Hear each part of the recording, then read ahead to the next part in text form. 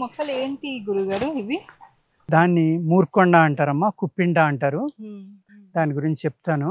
దీన్ని కుప్పిండాకు అంటారు, మూర్కొండ అంటారు దీన్ని. ఈ ఏదైతే ఆకులు ఉన్నాయో ఈ ఆకుల్ని తీసి ఉప్పులో కలిపి నూరాలమ్మా. ఉప్పులో కలిపి నూరితే ఆ నూరిన దాన్ని, ఆ పేస్ట్ని పిప్పి పన్ను ఏదైతే పుచ్చుండి లోపలికి గుంత కింద పడ్డందో దాంట్లో పెట్టచ్చు.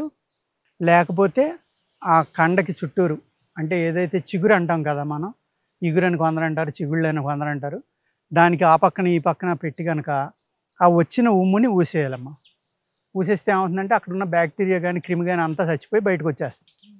పిప్పి పన్ను నొప్పికి అద్భుతంగా పనిచేస్తుంది.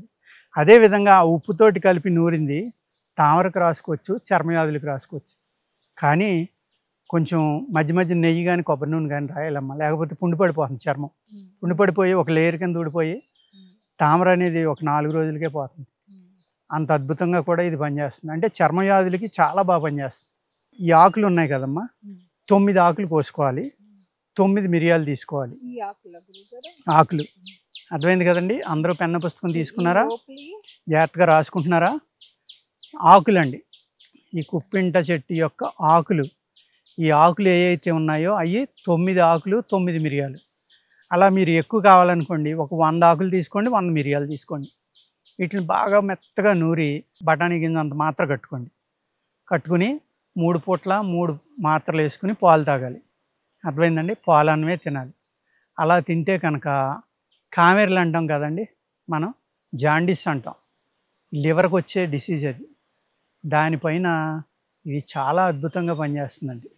ఇది ప్రతి ఇంట్లోని ప్రతి దొడ్లోని మొలిసే మొక్క. ఇది వర్షం పడేటికి మొలిసేస్తుంది, తడి ఉంటే కనుక ఎక్కడైనా ఉంటుందండి ఇది.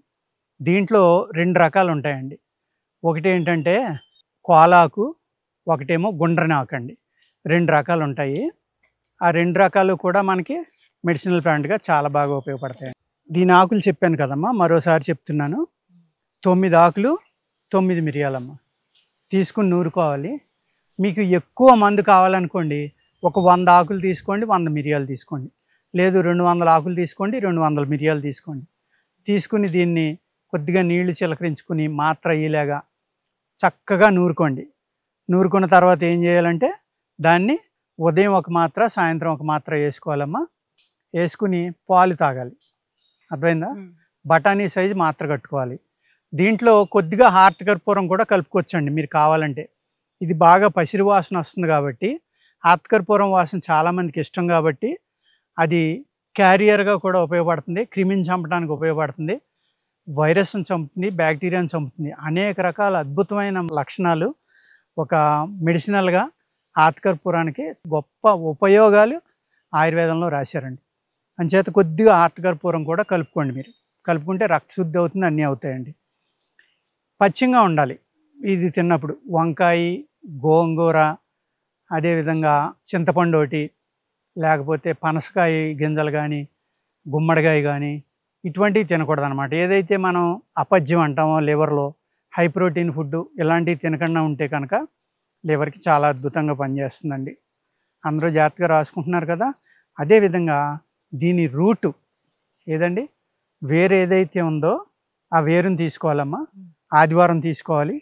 తీసుకుని దాన్ని జాగ్రత్తగా వాష్ చేసి దాని మీద శాండ్ పార్టికల్స్ కానీ, లేకపోతే ఒక ఫంగల్ కానీ, బ్యాక్టీరియా కానీ, భూమిలోంచి తీసేది కదా వేరు, రకరకాలు ఉండొచ్చు, ఆ సాయిల్లో ఉన్నాయి. అవి మనకి రేపొద్దున చెడు చేయకుండా దాన్ని చాలా జాగ్రత్తగా వాష్ చేసామా. దానిని చిన్న చిన్న ముక్కలుగా కొట్టుకుని ఎండబెట్టుకుని వాడుకోవచ్చు, పచ్చిది కూడా వాడుకోవచ్చు. పచ్చిది అయితే మీరు ఒక 1000 mg, అంటే ఒక బ్యాడ్ అంటాం, 1200 mg అయితే ఆయుర్వేదంలో బ్యాడ్ అంటాం. అంతంత చిన్న బఠానీలాగా 2-3 మాత్రలు ఉదయం 2, సాయంత్రం 2 వేసుకుంటే కనుక మీకు ఎన్ని రకాలుగా పనిచేస్తుందంటే ఇది లివర్ మీద పనిచేస్తుంది, దగ్గు మీద పనిచేస్తుంది, రొంప మీద పనిచేస్తుంది, అలాగే చర్మవ్యాధుల మీద పనిచేస్తుంది. ఇది ఇంట్లో మొలిసి చిన్న మొక్కే కదా, ఇదే ఇన్ని రకాల అని అనుకోవద్దు. నేను ఇంకా ఈ వీడియోలో కొన్నే చెప్తున్నానండి దీని గురించి. ఇంకా 2 వీడియోలు చేస్తాను దీని మీద. ఈ ఒక్క వీడియోతోటి ఇది అయిపోయిందని మీరు అనుకోవద్దు. ఇది చాలా అద్భుతమైన మెడిసినల్ ప్లాంట్ అండి. అదేవిధంగా మీరు ఏ మాత్రలు అయితే మీరు చేసుకుని జాండీస్కు వాడుకోమన్నానో అదే మాత్రలు వేసుకుంటే మీకు ఫీవర్ కూడా తగ్గిపోతుందండి. అన్ని రకాల జ్వరాలు తగ్గిపోతాయి. అంత అద్భుతమైన ప్లాంట్ ఇది. ఏం చేయాలి దీన్ని మళ్ళీ ఇంకొకసారి చెప్తున్నానండి. చాలా జాగ్రత్తగా రాసుకోండి. చాలా మంచి ప్లాంట్ ఇది. దీని యొక్క ఆకులు ఉప్పు కలిపి నూరి ఒక మాత్రగా చేసుకుని పుప్పి పన్ను ఏదైతే ఉందో దాని బొరిలో కనుక పెట్టుకుని అలా నోరు ఆవలించి కూర్చోండి. పెట్టుకున్న తర్వాత ఆ వచ్చిన ఏదైతే సెలైవ ఉమ్ము ఉంటుందో అది ఊసేయండి. లోపలికి మింగొద్దు. ఎందుకు అంటే మొత్తం క్రిములన్నీ చచ్చిపోతాయి.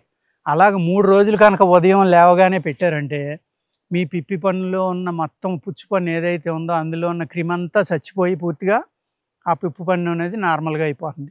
అంటే పుప్పి పడింది మళ్ళీ వెనక్కి రాదు, అది ఫామ్ అవ్వదు. కానీ మీకు నొప్పి కానీ అది మళ్ళీ ఇంకా ఎక్కువ పుచ్చిపోవడం కానీ జరగకుండా ఇది కాపాడడానికి అద్భుతమైందండి. అదే పేస్ట్ని మీరు చర్మ వ్యాధుల మీద అంటే తామర కానీ లేకపోతే సొరయాసిస్ అంటాం కదా, అలాంటి వాటి మీద కూడా రాసుకోవచ్చండి. కానీ బాగా మణుతుంది. నిమ్మకాయ ఉంది కదా అందులో, దీని ఆకు కూడా చాలా పవర్ఫుల్. అందుకు మణుతుందండి. అబ్జర్వ్ చేసుకుని రాసుకోండి. మణితే కనుక వెంటనే కడిగేసి నెయ్యి కానీ కొబ్బరి నూనె కానీ రాసుకుంటే అది తగ్గుతుందండి. అదేవిధంగా దీని ఆకులు తీసుకుని మాత్ర కట్టుకుని దేనికి వేసుకోమన్నా కామెర్లకి, అన్ని రకాల కామెర్లకి అద్భుతంగా పనిచేస్తుందండి. మీకు కామెర్లో చాలా రకాలు ఉంటాయి, అన్నిటి మీద పనిచేస్తుంది. చాలా సింపుల్, సులభంగా ఇంట్లో చేసుకోవచ్చు. ప్రతి వాళ్ళు దీని గురించి జాగ్రత్తగా రాసుకుని ఈ మందులు చేసుకుని మీరు నేను ఏదైతే చెప్తున్నానో దాన్ని ఉపయోగించుకుని ఆరోగ్యంగా ఉండాలని కోరుకుంటున్నానండి. నమస్కారం.